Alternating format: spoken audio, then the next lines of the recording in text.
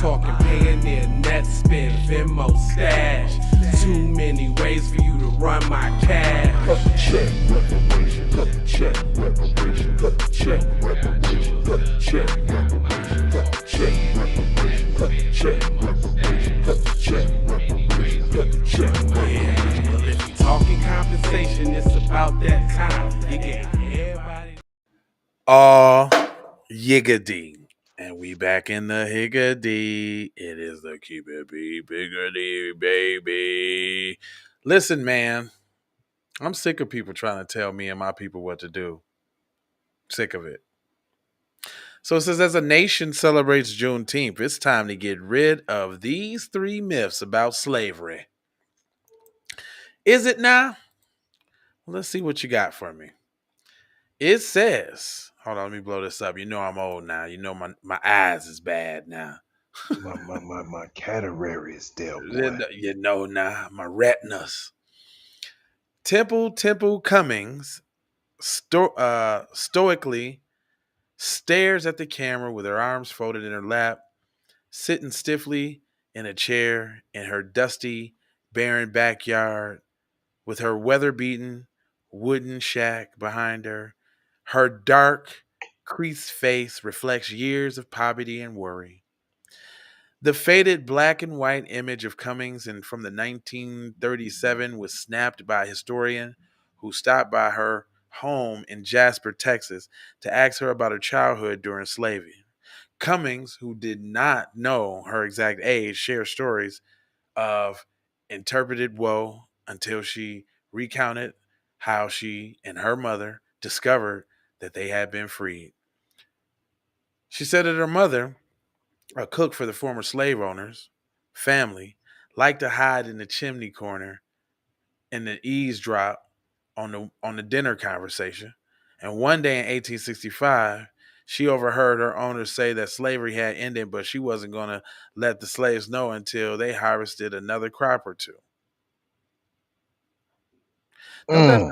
don't that sound like Kamala Harris when they was fighting them fires and she wanted to keep the dudes in jail? Sounds just like Kamala Harris, don't it? Boom. When Mother heard that, and she slipped out of the chimney corner and cracked her heels together 4 times and shouted, "Eyes free, eyes free." Coming told the historian who recorded. No, I don't. Yeah, I'm just letting it roll. I'm gonna She let it did roll the right now. Dorothy P. She didn't do the old leprechaun. Huh. She Ruby did. Slippered P. Did she do the leprechaun, fam? She clicked her heels 4 times. No, she Huh. didn't. Well, maybe they did. Hold up. Is that where the Dorothy got it from? Is that where they took it from, the Wizard of Oz, P? Ain't this Mm. before the Wizard of Oz? So is that where they took the click your Mm. heels from? Mm. Good question. It goes on to say Cummins told the historian who recorded her story for a dual writers project that collected the narratives of formerly enslaved people during the Great Depression. She runs into the field against the master's will and told all the slaves that they can quit work. The story is one of the first recorded memories of an experience that would inspire the creation of Juneteenth and the annual holiday celebrated at the end of slavery, with the U.S. will become the commemorative of this Monday. It marks the moment in June of 1865 when the Union troops arrived in Texas to inform the enslaved African Americans that they were free as of executive decree, and many people like Cummings in the remote areas of Texas and elsewhere didn't know that they were free from their white owners because they hid the news. So Juneteenth has become known as America's second Independence Day. That's why people are so mad. Now the federal holiday, which is going to be bigger than 4th of July, is celebrated by parades, proclamations, and ceremonies throughout the U.S., and it commemorates the moment when enslaved African Americans were freed. The U.S. is still held captive by the myth that slavery and people like Cummings. Hold on. The U.S. is still held captive by myths about slavery and people like Cummings. What do you mean held captive? Mean? What do you mean? Man, if you so captive, you just cut the check so That's you what can I'm get saying. free. Pay what you owe. How about that?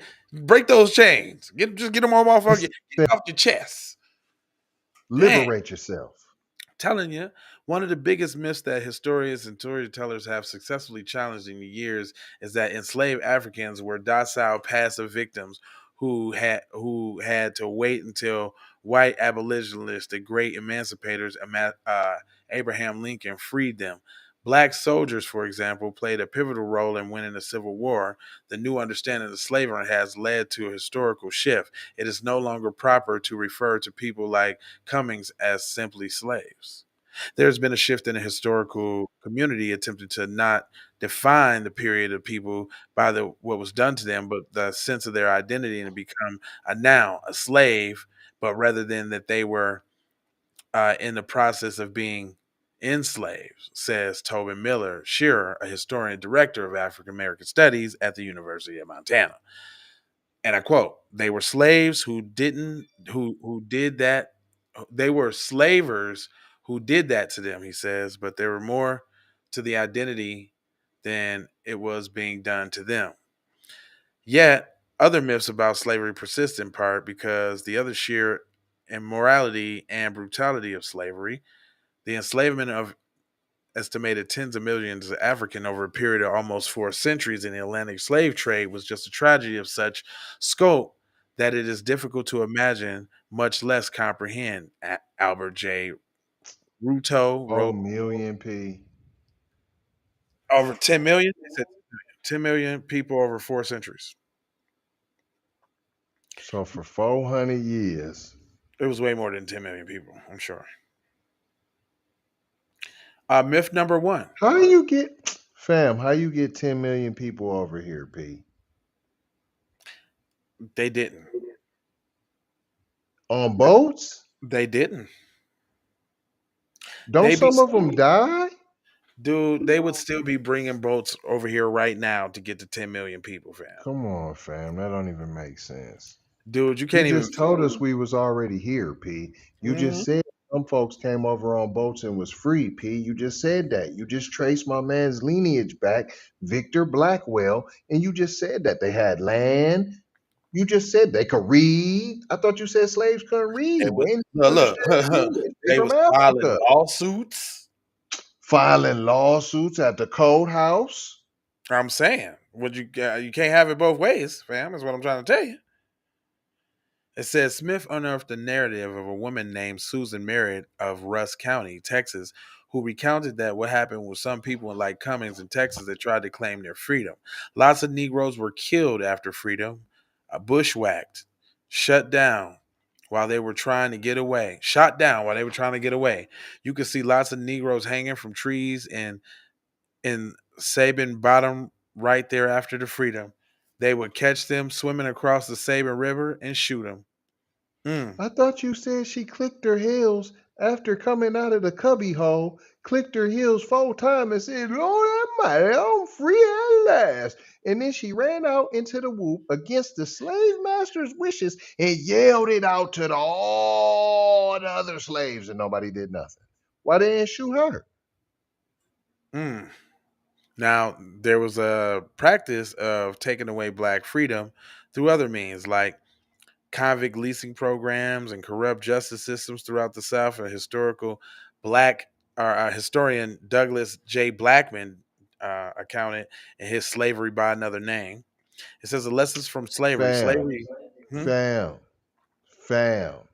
The last story was Blackwell.